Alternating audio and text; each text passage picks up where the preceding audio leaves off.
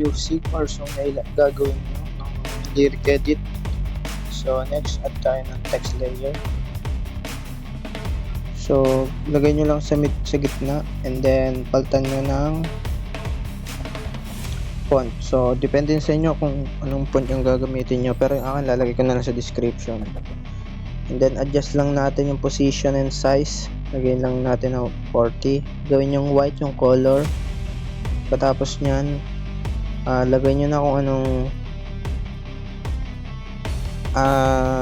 lyrics na gagawin nyo, no? So ito example lang muna, kumbaga ito yung gayahan lang muna natin. Adjust nyo nga pala yung position nya.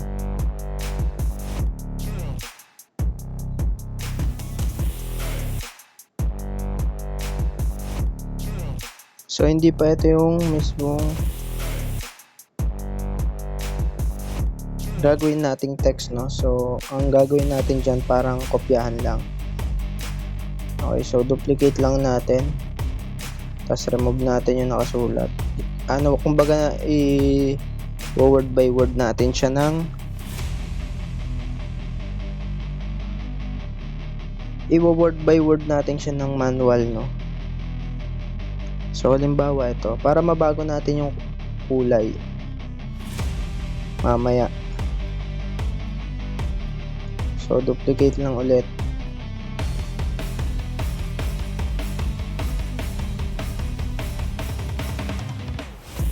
Check, and then move and transform. Swipe nyo lang siya.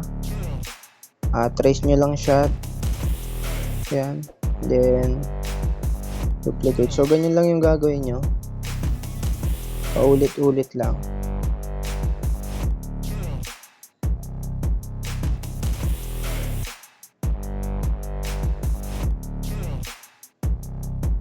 Duplicate ulit. Mali ako. Duplicate.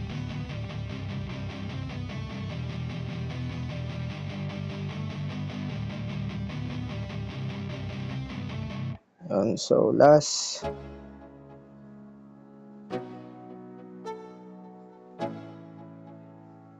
Mali.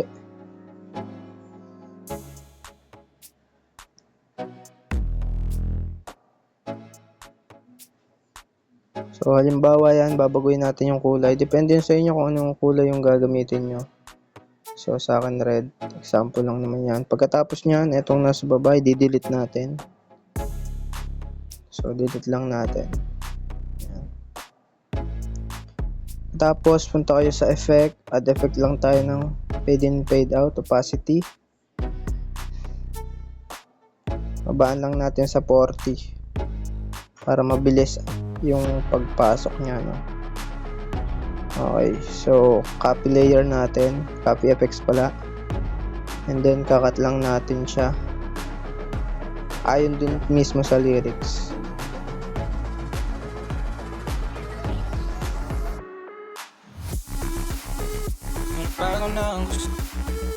Lagyan natin yung effect, paste natin.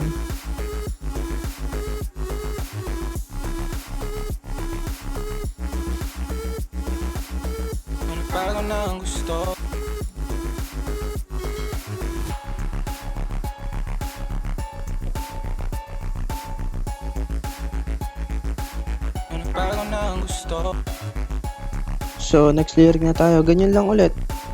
Gawa lang muna tayo ng pattern. Text layer. Pattern lang muna ulit.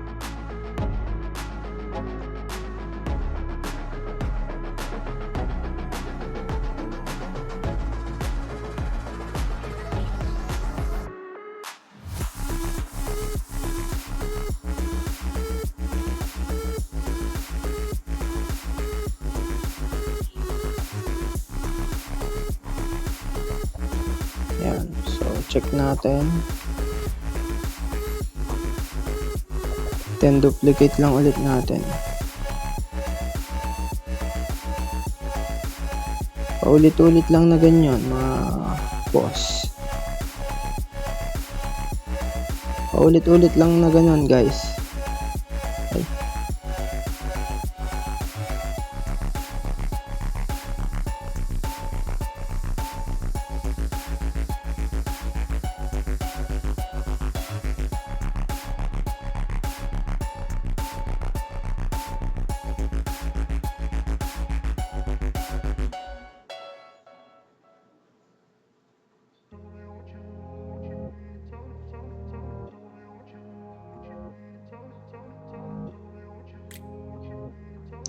So after nyo magawa yan guys, so ito tapos na ako. Pwede na nating i-export to. Ito pa ito muna sa inyo example. Example lang naman to kaya maikli lang. So export na natin. Huwag nyo kakalimutan nga palang i-save guys.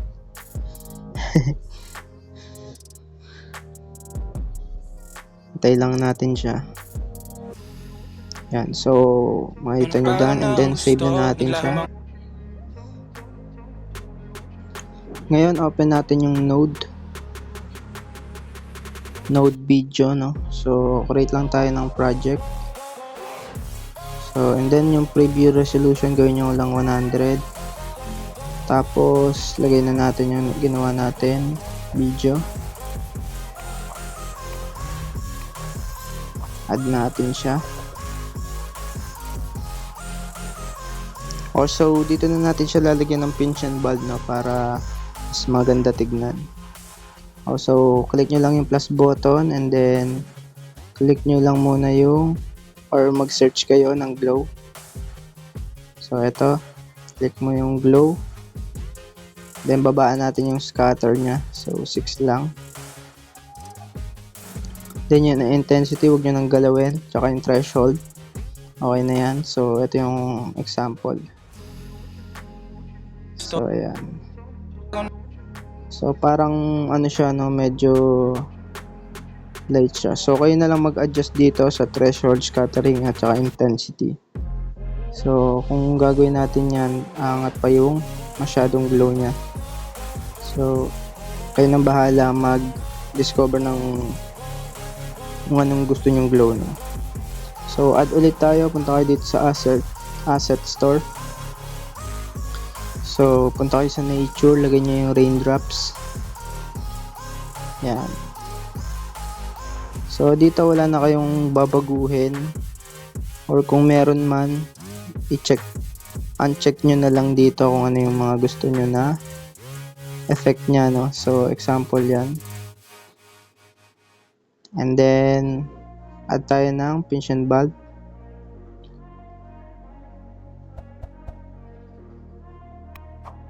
So, click lang natin.